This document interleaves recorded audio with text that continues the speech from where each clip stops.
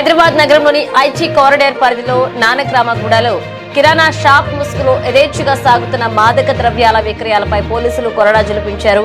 గంజాయి డాన్ గా పేరొందిన నీతుబాయికి చెందిన ఓ ఆటోలో భారీ గంజాయి తరలిస్తుండగా మాదాపూర్ ఎస్ఓటీ స్థానిక పోలీసులు సంయుక్తంగా మెరుపుదాడులు చేశారు. ఈ ఆపరేషన్ లో ఆటో డ్రైవర్ ను పోలీసులు విజయవంతంగా అదుపులోకి తీసుకున్నారు. ఇక నిందితుడి నుంచి సుమారు 26 కిలోల నాణ్యమైన గంజాయిని స్వాధీనం చేసుకున్నారు. దీని మార్కెట్ విలువ దాదాపు 26 లక్షల వరకు ఉంటుందని అధికారులు అంచనా వేస్తున్నారు. పట్టుబడిన గంజాయితో పాటు వాహనాన్ని తదుపరి చర్యల కోసం గచ్చిబౌలి పోలీస్ స్టేషన్ కు అప్పగించారు. ఈ కేసులో ప్రధాన సూత్రధారి అయిన గంజాయి డాన్ నీతుబాయ్ ప్రస్తుతం పరారీలో ఉన్నారు.